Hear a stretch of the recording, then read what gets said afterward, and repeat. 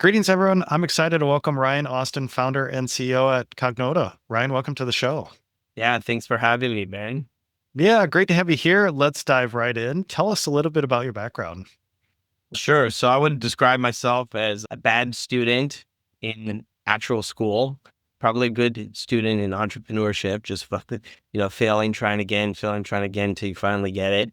So entrepreneur first background, always done my own thing, except for one job where I was more of an entrepreneur and built a learning academy for a company called World Trade Group. Eventually scaled it across Americas, EMEA, and we sold it to private equity. And then after that, I went back to being an entrepreneur, currently founder, CEO of a company called Cognota, where we created a new category called LearnOps. So think of DevOps or RevOps in these major talent and learning enterprises. They don't really have an operating system. They have the LMSs, they have everything else, but not an operating system. Yeah, really interesting. So sounds like entrepreneur background, one job. But yeah, let's talk about Cognota. Tell us what products and or services it offers. Sounds like it's an interesting angle on the learning side. Yeah. So we call it the operational layer and very quickly becoming the operational intelligence layer. Sits in between your HRIS. You might have the HRIS to manage the people data and then the LMS to manage content and delivery. But in the middle where these teams actually work, they're using disparate set of tools, generic project management tools, Excel spreadsheets, believe it or not, still in this world of AI. And it's the messy middle. And we have a purpose-built LearnOps platform that is purpose-built for them. It powers workflows, something we call flex capacity or flash teams and with AI agents as well. Okay, interesting. Yeah, I love how you describe it. So, yeah, very familiar, right? We've got HR systems, payroll software, we've got learning management software. And so you're sitting in the middle. So tell us, as you sitting in the middle, what is that facilitating then? What type, I don't know, data exchange or information that needs to go between the two systems? Yeah, it's pretty broad, but basically think of DevOps or RevOps, right? It's the concept of how do you bring people, best practices, processes, and technology to work better together to drive better outcomes for the business. In enterprise learning and talent development, they have these expensive HRIS and LMS systems, but again, that workflow where they actually do their work every day, they're planning, they're prioritizing, they're moving things around, they're flying blind because they're using these disparate set of tools and manual processes. So you have a huge opportunity basically to create an operating layer that brings in intelligence. It helps you boost capacity of your teams. It helps your team to execute on one platform versus bouncing in and out of all these things and get intelligence through AI to just make better decisions and drive outcomes.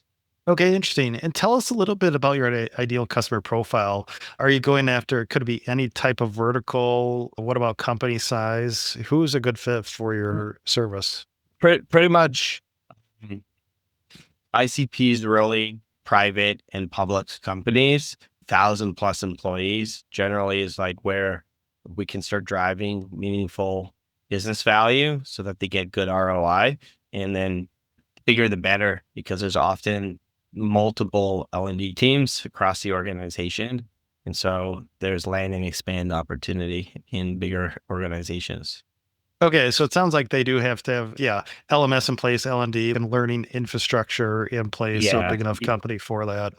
Yeah. And some sort of scale where infrastructure is starting to get messy and they bring in Cognota as infrastructure to make it easy.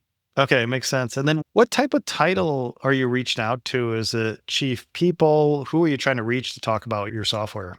It depends on every sales process is a bit unique because it's enterprise. It's not product led growth or Mhm. anything like that. And anywhere from managers, sometimes we have conversations with all the way up to the chief learning officers or chief human resource officers, the CHROs.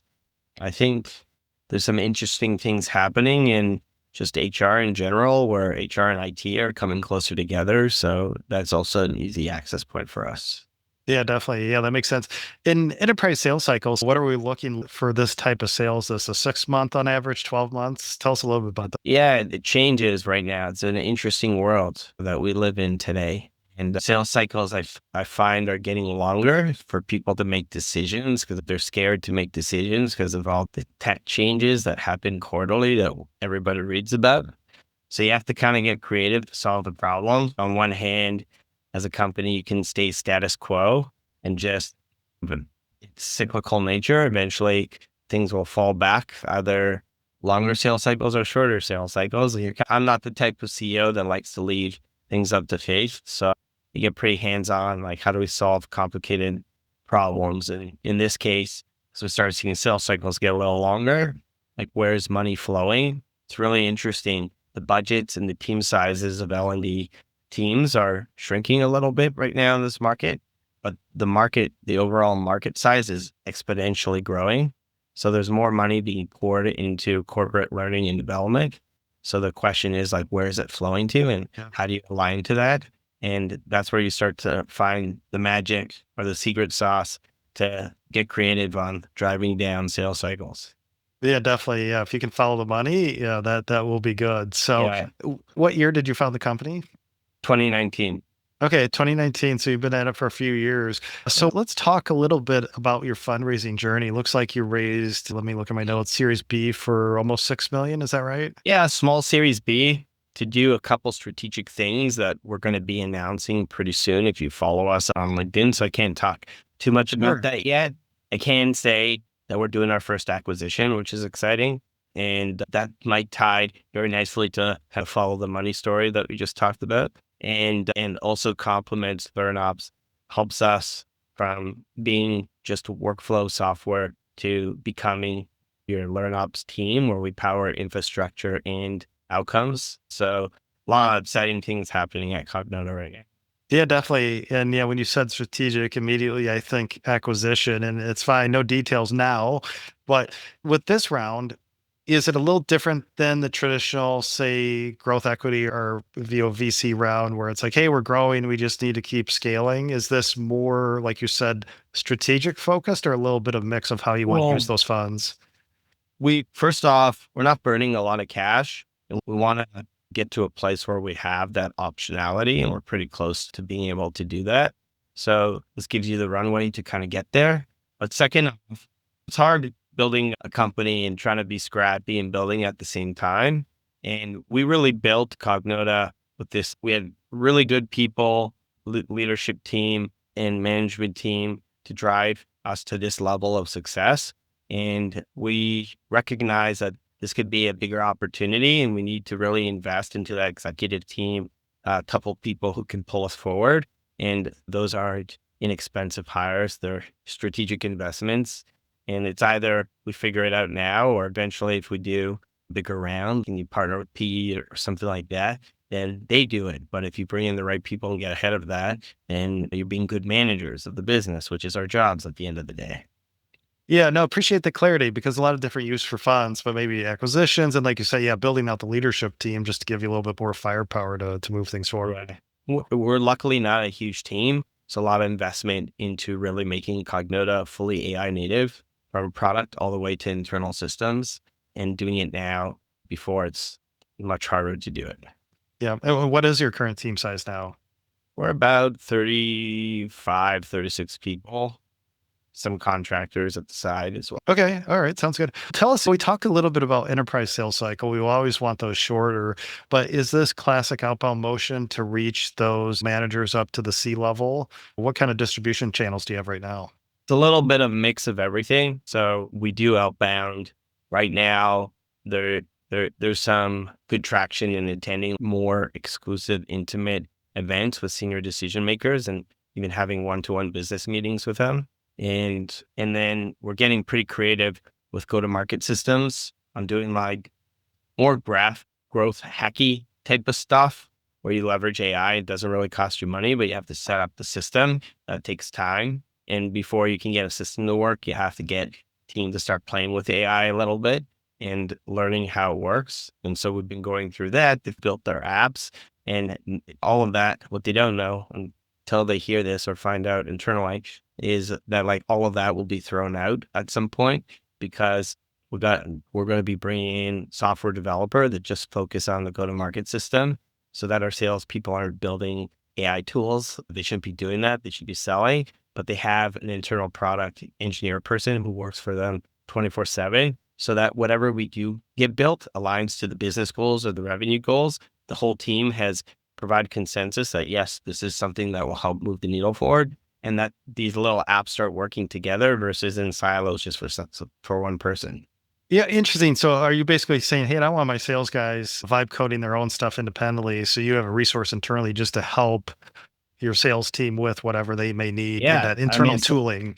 it's not just vibe coding, you have to maintain these things. Yep. And when you just do something in Claude or whatever you vibe code, it works, but it's prototype. It's not production grade code. It's not, you're not versioning it and stuff like that. So it's a missed opportunity, not building something proprietary that will have substantial value for your shareholders. But if you do it right, companies that do this right will end up having AI native platforms that they sell to the market. And then they'll have AI native platforms that drive how the business works operationally. Yeah, really interesting. Yeah, we know, yeah, it can go a lot of different ways internally. Everybody's off on their own, or maybe we formalize it a bit so we're not, yeah, wasting internal resources. So, Ryan, tell us a little about pricing models. We hear a lot about pricing now in today's AI world, but how do you price your product? Is it subscription, usage, combination? So again, another interesting question that's changing so fast right now in the ecosystem. People are talking about outcome-based pricing, and Salesforce, a couple others are doing that. Just had this conversation today where it's easy for Salesforce and HubSpot to test new pricing that's outcome-based and pivot back to usage-based if they have to. It's harder for a smaller company to do that because usually the big whales are harder to make the change. But when it comes to having the support for something like pricing, they'll have more flexibility to experiment, I feel, because they can run both sides of the spectrum well. In that regard, we had been traditionally just seat-based, and we're rolling out something called Cognota Assist credits alongside of the market, alongside this acquisition, which gets us into usage-based pricing models that enterprise procurement teams will accept. That's the trick. Very hard to drive a token-based model or traditional usage-based models with procurement teams at enterprise. It's like a big no-no. They'll flag it and block it. So it has to be something that they're familiar with, that they had a system, an internally built system around it, that they know how to govern it and manage it. And so you have to really think about that when it comes to pricing, especially enterprise. Small, medium-sized business, mid-market, you have more flexibility. Selling to the enterprise is hard. Last thing you want to do is, in an environment where we're seeing sales cycles extend, is to add complexity to the sales cycle that makes it worse. Yeah, so you say at that because you deal at the enterprise level. And so you're saying if you just came to them and say, hey, we're just usage based, it could be whatever, is that going to be a problem for the Certainly. procurement team? Especially if you use the word token, like Oh, token. a lot of big enterprises now have an entire governance team where all the purchasing for any token-based pricing needs to go through this team. So huge scrutiny around it. And then they want to try and centralize the token-based spending across all platforms. So they'll likely make you use an MCP, something like that, so that they can control the token model through a centralized tool. So it becomes very complicated. And you got to understand, these enterprises, all they buy is things that they can trust, not trust you as a person, but there's formulas for trust with InfoSec and stuff like that. And basically they don't have the ISO standard yet on how to buy this stuff. So it's hard for them to trust it. They're not risk takers. And so you have to, again, do it in a way, get pretty creative to do something that they're familiar with buying and they have ways of buying it and that the risk feels low. And so that's how we've been focusing on getting into usage-based pricing, is doing it in a way where they might not call it credits. They might be paying for some sort of professional service, which technically is usage-based. To Cognota, might not be actual professional services. It might feel like that in a more scalable model, but they're used to paying for that. They're used to paying for augmented staffing or something like that. And it technically is usage-based. Here's the job. I'm going to pay you. If we need more, do more of the job, I'll pay you. So how do you take concepts that they're familiar with doing things like that and modernize it a bit so it's more scalable so that it meets points of doing business. Yeah, that's really interesting. So it sounds like there are kind of two risk flags that go up if you talk tokens or maybe usage. One is just data security, which everyone's looking into. And then Yeah. two is it just price risk. They don't want the monthly bill getting out of control. Procurement risk. Their job Yeah. is to mitigate risk and to create governance that's complicated. So their 400 question InfoSec questionnaires are like becoming 600 now with AI. Yeah. Yeah. Yeah. Interesting. Yeah. Appreciate that insight. It's fascinating world in the enterprise world. And Ryan, at this stage of your business, so about 7-ish years in, do you have a favorite number or metric or operational metrics that's important for you to guide the business? Lately, educating company a lot on ARR to headcount ratios as of the opportunities with AI. And so if you focus on that, incorporates everything else. For example, if you have churn, your ARR to headcount ratio is going to start to become worse, not better. But if you have good retention, you're adding more AR, then it's going to become better. And if you keep the headcount low because you're adopting AI, you're going to see those efficiencies. And then just talking to the company about what's in it for you. So we have a target AR to headcount efficiency number. If we get there, we're going to introduce new benefits company wide. So the message to people is help us drive efficiency and outcomes for the business. And we're going to take that money and reinvest it into you versus hiring a bunch more people where then it spreads too thin. And that actually hurts you, even though it seems like, oh, our company's growing. That's not how you build a good business nowadays. Yeah, interesting. And yeah, that's definitely top of mind for folks right now, especially with AI and internal productivity, the AR Yeah. to FT ratio. How org efficient are you? And then I have another metric, Rose metric, more recurring revenue to employee and contractor spend. Few stats and figures before we wrap up today. Do you have a headquarters location? We're incorporated in Ontario and Canada. Initially, company was founded out of Austin. We did a continuance back to Canada when we did our seed round a long time ago. And Canada is a great place to build tech. You have these awesome R&D grants where you actually get cash back. It's not just a tax credit. They refund you. As long as you're doing real R&D in Canada, software engineers are in Canada, you can get anywhere from 30 to 70% back of salaries every year on those teams. So it's a pretty interesting way to grow the business, non-dilutive. And so that's where we are. But since COVID, we've pretty much been remote and we'll get together in an office when we need to for town halls or strategic meetings or whatever. Yeah, makes sense. So in Ontario, and then 35 staff or so. And then Ryan, before we wrap up today, of course, we're so much AI talk and AI hype and this and that. And tell us, how are you thinking about as founder and CEO, just that your roadmap for the company with AI? Do you feel like there's a lot of things you have to adapt to stay current, or maybe some new AI competitors come up? How are you thinking about that, where some companies maybe feel under attack and others feel like, hey, we're in a pretty good position. We've got nice competitive mode. So how do you approach all the AI hype right now? Yeah, it's again, it's a hard thing to think about, and you need to be your own worst critic in the threats that your business can have. And you'll get to a point, if you're honest with yourself, where you toss and turn at night for a couple of weeks to make some critical decisions that are like probably some of the biggest, most riskiest decisions that you need to validate a bit before just making them. But I know a lot of vendors right now who are making the tough decision to even re-platform completely, including one of our partners, their $1 billion revenue business. They're by far the market leader when it comes to some learning technology. And they re-platformed because they're a 30-year-old company. And instead of letting somebody come after them, they said, we got to do this on our own and be first so that we continue to be first. And they just rolled out the platform last week. It was insane, the analyst coverage that they got and how excited the industry got around it. It's a good lesson. Can't just be scared. Obviously, having $1 billion revenue business, going to all of your 8,000 plus customers to tell them that we're going to re-platform, and you might have just bought us last year, but that's going to be grandfathered at some point. That's a scary decision. Yep. But even for a small startup, you're going to be faced with these types of decisions soon. My advice is to get ahead of it as fast as possible.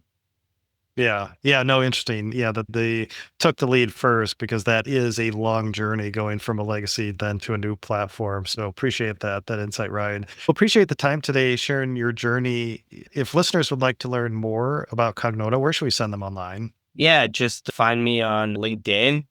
I, I do Forbes contributions for learning operations, just startup stuff in general.